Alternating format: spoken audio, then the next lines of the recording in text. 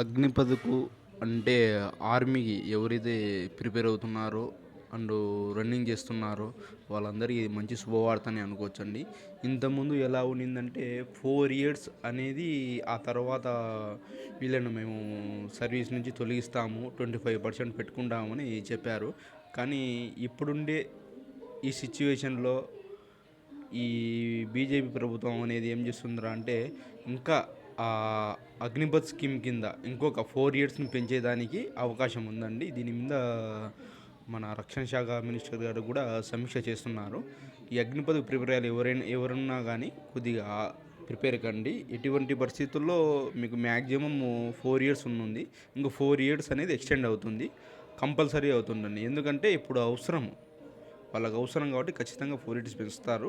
అగ్నిపథ్ మీద ఏ అజాగ్రత్త ఉండకుండా ప్రిపేర్ అవ్వండి అండ్ రన్నింగ్ చేస్తూ ఉండండి.